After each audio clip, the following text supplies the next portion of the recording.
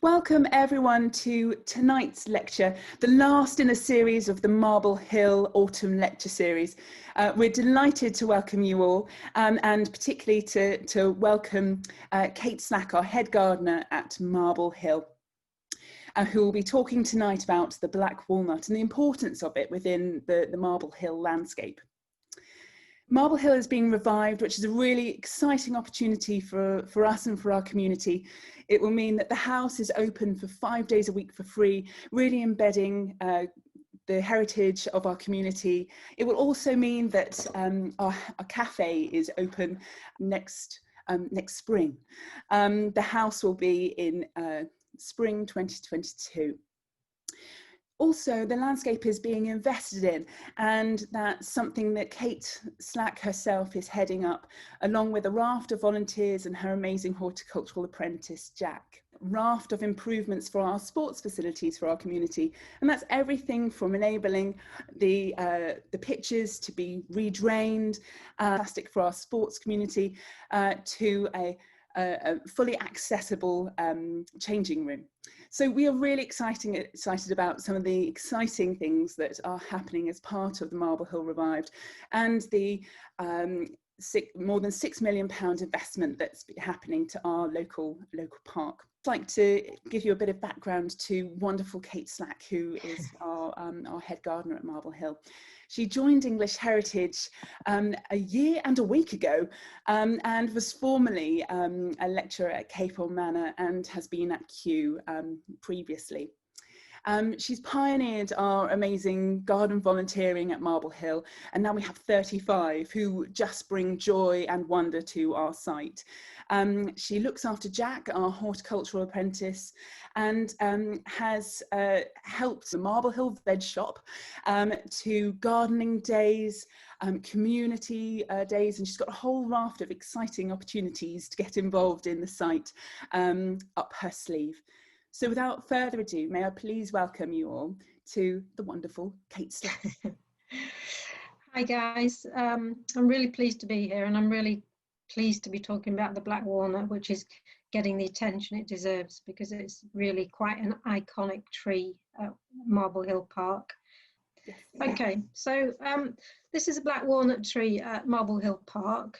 This is actually a photograph I took of it yesterday. And you can see what a magnificent tree it is. It's absolutely huge. You can see there's a bit of, at the bottom, there's a few people. It gives you a bit of perspective as to how huge this tree is. And the Black Walnut tree is often referred to as the handsome healer, which we'll see talk a bit about later. Go down.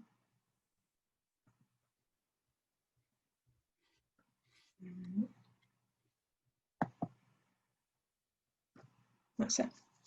The history of the Black Walnut tree at Marble Hill is a bit of a mystery, and there are a couple of theories about who planted it and when they planted it. One of the theories is that it was the first Earl of Islay, who was born at Ham House, which is across the river, and Henrietta knew him. But also he was very well known for importing trees into the country. And he was nicknamed by Horace Walpole as the tree monger. And he was particularly keen on importing trees from America, and especially black walnuts. He established an estate at Witton Park and planted a lot of trees there. So this is one of the theories that he gave the tree to Henrietta and planted it there. Another theory is that it could have been planted by the Earl of Buckinghamshire in the 1770s. He was Henrietta Howard's nephew, and the reason that we think this is it sits on the line of new trees, which you can see on one of the plans from 1786, which I'll show you in the next page. But either of these theories also means that the tree is probably between 250 and 300 years old. So this is the plan from the Earl of Buckinghamshire. If you can see where I don't know if you can see my cursor, but running at the bottom of the avenue of trees here, is where the black walnut is planted now, and that gives us an idea that it may have been planted by him. But either way, the trees definitely were between 250 and 300 years old. So, black walnut trees, the botanical Latin name for black walnut tree is Juglans nigra. And if you're not used to botanical Latin, it might seem intimidating, but actually all it does is describe some characteristics of the tree. So juglans is what all walnut trees are called. And this actually refers to a chemical compound that all walnut trees emit. And it's basically emits a compound from its roots, and it's to stop other plants growing around the roots of the tree. This is because a walnut tree isn't actually a woodland tree. It prefers to be in splendid isolation, and the idea is it sends out this chemical to inhibit plants growing around the roots of its tree so that it can be on its own, basically. As you can see in this photograph, it's not working very well with the brambles, but it's more likely to work on plants from certain families. So it works on plants in the tomato family, cherries, things like that. So it's the tree's strategy just to keep the area around it clear so that it doesn't have too much shade. And nigra means black. And you can see from this picture how black the trunk and the branches of the tree are, and it's one of its main characteristics, that it has a very dark black trunk, especially from a distance. It almost looks like a silhouette of a tree. It's so dark. Black walnut trees are native to eastern North America, and they started being introduced to Europe in the 17th century. Which is what happened to this tree. So it was probably introduced from America, from either, as we said before, one of Henrietta's nephews or a friend from across the river. And this was quite a common thing in the 17th century because people were going abroad, they were collecting plants, hunting for plants and bringing them back for the parks and the gardens of people in Europe. But it also has a lot of ornamental and commercial uses, especially in America, which we'll talk about later. So one thing is quite interesting to look at is the difference between the black walnut and what is often referred to as the English walnut. The leaves are very, very different on the black walnut. So if you see the leaf on the left, this is the black walnut leaves, and it's a really elegant leaf. You can see it has lots of quite a lot more leaflets than the common walnut. They're a lot more pointed at the edge, and it gives the tree a real graceful, elegant habit. The photograph on the right-hand side is English walnut or the common walnut. It has a lot less leaflets and a lot more rounded at the edges. So it does look very different from close up and also from a distance. So if you go down to the tree at Marble Hill, have a look at the leaves and you'll see what an elegant habit it has. And a lot of this is because of the lovely shape of the leaves on the tree.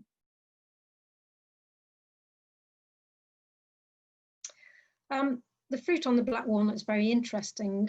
It looks like the walnut, the around us common walnut, but it contains this dye. And when you open the fruit on the walnut, at first it will look yellow, and then as the oxygen gets to it, it starts turning black.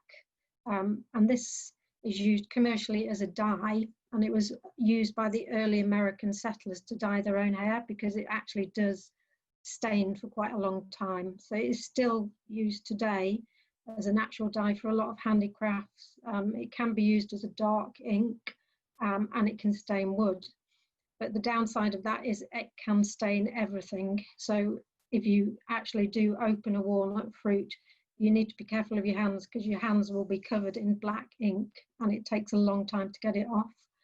It also means that a black walnut doesn't make a very good street tree, because when the fruit drops off, it will stain cars and sidewalks and porches and anything that it touches, basically, which means it doesn't make a good street tree, but it's very, very useful as a dye.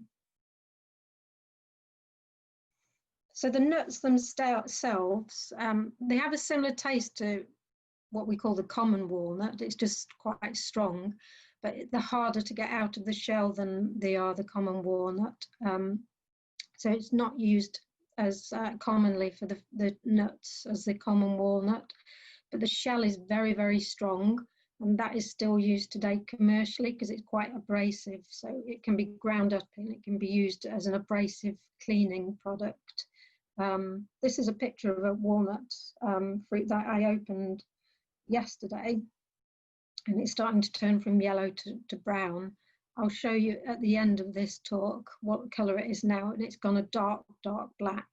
So everything about the tree, it sort of has all these juglone chemical, which is turning it darker and darker as the oxygen gets it.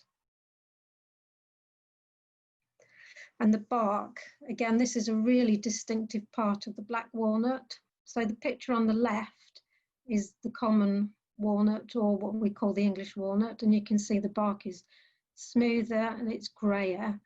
The picture on the right is the trunk of the black walnut at Marble Hill Park, and you can see how dark and fissured it is. It's really quite a distinctive, characteristic bark, and this is something that makes it really good for wildlife, because insects can get into those cracks and crevices and make a home out of them. Another thing that is interesting about the black walnut is you can tap into the trunk and it will yield a sweet sap, very similar to maple syrup. The tree at Marble Hill is a bit too old and big to do this, but it's a common practice in North America. And the sap can be boiled down and made into a sweet syrup, which is similar to maple syrup, but apparently it has a bit of a nutty taste. The timber as well is very useful. So it has a very dark stain to it, which you would expect, but it's very highly valued. So it's been used for centuries to make cabinets, all types of furniture. It was used to make gun stocks and flooring, and they also used it to make ships, shipbuilding and aeroplane propellers, because it's so strong, but it's also light. So it's actually quite a bit lighter than oak, but has this lovely strong stain to it, and similar to sort of common walnut, it's got the lovely patterns in it, but a much darker colour.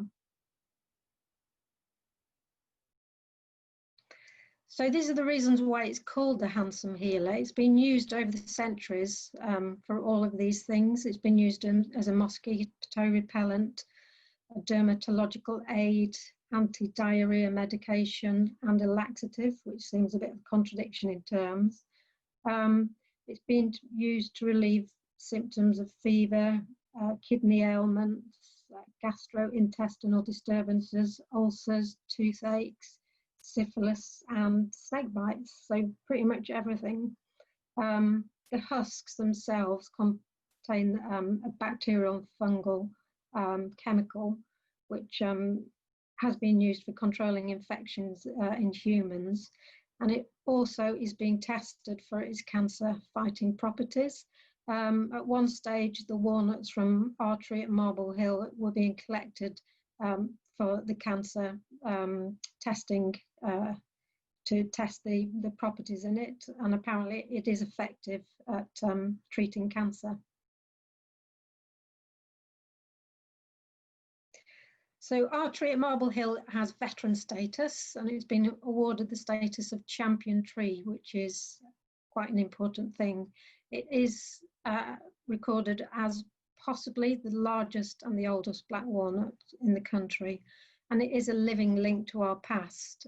It's an absolutely wonderful tree. You must, if you haven't seen it, it's worth going to Marble Hill to visit this tree. A veteran tree status is awarded to trees all through the country, and they have to be one of the oldest trees in the country or have something particularly interesting about them, but it's quite an award for a tree to get.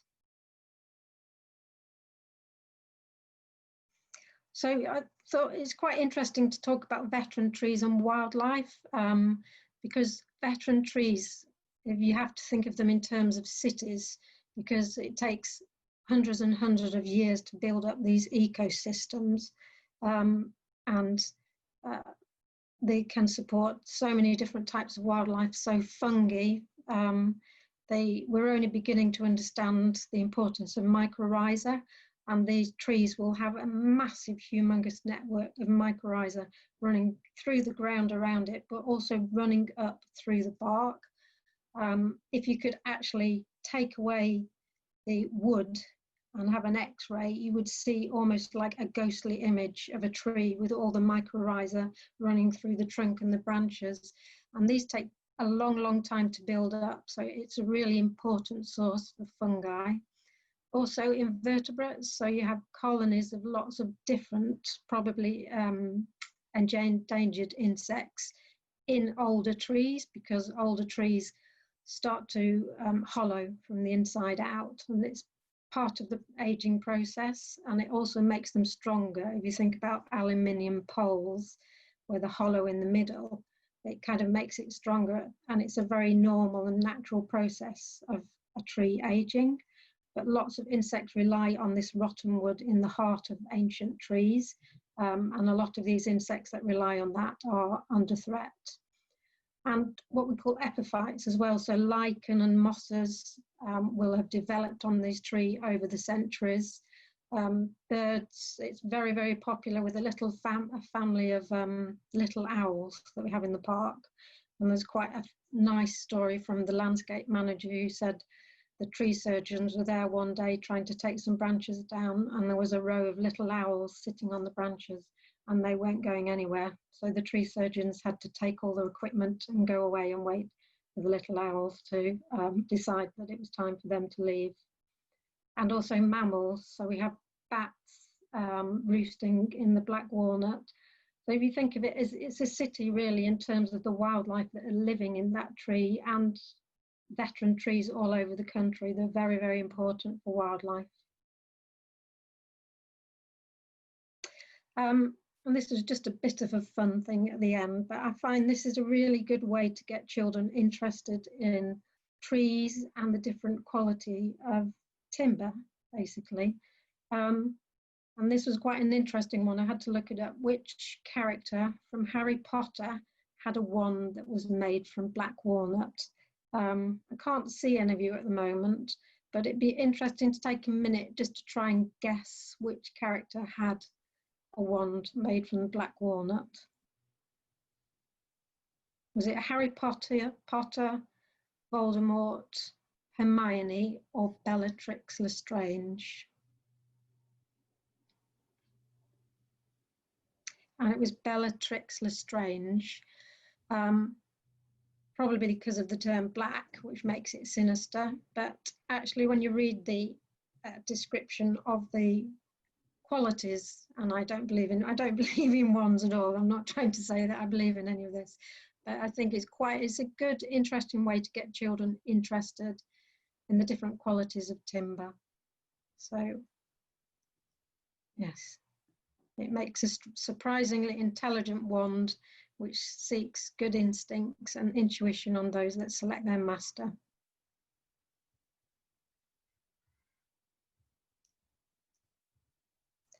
Okay. And then we're going to the last slide of the black walnut. And it is a fantastic tree. And please come down to Marble Hill and have a look at it and see what type of wildlife you can see there. There's a lot of things living in the tree and around the tree, and it is a very beautiful, elegant, iconic tree of Marble Hill Park. Thank you so much, Kate. It's fascinating to understand a bit more about the tree itself. And we've had a few questions from people, which we'd love to explore. So thank you for those who've already asked some questions.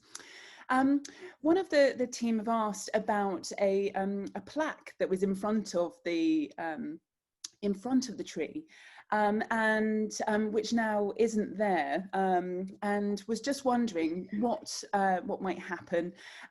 Is that going to be reinstated? Yes, well, I mean, the part of the project is to try and make more of the tree because it is such a wonderful tree. So, you know, we want to advertise that it's a veteran tree and it has champion status, and putting more interpretation around the tree because it is iconic and it is well known in the local area what, you know, the Black Walnut tree at Marble Hill Park. So yeah, the idea really is to reinstate it and make more of it. And give it the attention it deserves because it's an amazing tree. So yeah. Someone was also asking about the condition of the tree. You mentioned about the hollowing out. Kind of what condition is it now, Kate? It's in a good condition. It has had a lot of attention over the years. So you might notice bracing. So there's bracing running through the trunks, and that's to support it. I mean, this is very much part of what ancient trees need. It is in good condition. It is hollow inside, but that actually is a natural part of a tree aging, and it's an important part, and it does give it strength. So how I said about an aluminium pole, if you think about it being hollow in the middle, it does give it more strength up to a point, but it's in an okay condition. It is managed, and we do have to sometimes take weight off one branch so that it doesn't pull the tree over, but it's in quite a public area, so we do have to manage it for safety as well. But apart from that, it is it's in a good condition. So yeah, we're not worried about it. Good stuff. That's always good to know. There was also a question about its location in terms of that it being near the river. Do you think that's why it's survived? I mean, that is part of a bit of a floodplain, so it might be getting some more water. I think it's partly to do with the fact it's not overcrowded, because the black walnuts in North America are pioneer species that we call, so they will self-seed in open areas. So it's not overcrowded, which it will enjoy, and it probably to some extent is getting some, you know, extra water from the river. But yeah, I don't know why it's done so well and why it's so old, but yeah, I'm very glad it is. Absolutely. Do you have any idea how long it might last? Is there a kind of a time frame for the life of a black walnut? No, I mean, it is the oldest in the country and it's a very old tree, but it is in good condition. And I would hate to jinx it by saying that, you know, I think it's going to last another 50 years or another 100 years. And this is the thing about ancient trees, you just can't tell. They can go on for a lot longer than you know, we ever expect them to. And as long as it's looked after, which it is looked after at Marble Hill, it could go on for a lot longer. So yeah, I wouldn't like to say. That would be maybe possibly jinxing it, and I wouldn't want to do that. Yes, absolutely. How big do you think would have been when it was planted? Oh, I have no idea, but I can't answer that because actually we don't know when it was planted or who planted it. I mean, I think it probably would have been planted as a young seedling, but if they were bringing them over from America at the time, they would have grown them from a walnut because they do grow quite readily from the actual nuts. So I would imagine it was brought over as a nut and planted, you know, grown in one of the nurseries that they had. So potentially it would have been a seedling. And kind of one of the other questions was about there's lots of trees being planted. Yes, so we're planting avenues of trees from the house down to the river. So we're planting, the first avenue is going to be Aesculus indica, which is the Indian horse chestnut. That's similar to our normal horse chestnut. But we couldn't plant that. Historically, that would have been there in Henrietta's time, but we have canker in the park on horse chestnuts and we couldn't plant them really because of health reasons. So we've chosen Aesculus indica because it's so similar to horse chestnut. Next to those rows, we're planting white poplars. So there's 2 rows of white poplars, and it's quite distinctive. If you look from a distance, you can see the silvery leaves of the white poplars, which will make a lovely silvery tree when it gets bigger, and also very good for moths. And then the very furthest avenues are black poplars, which are our rarest native tree in the UK at the moment, and we've planted, I think, 14 of those.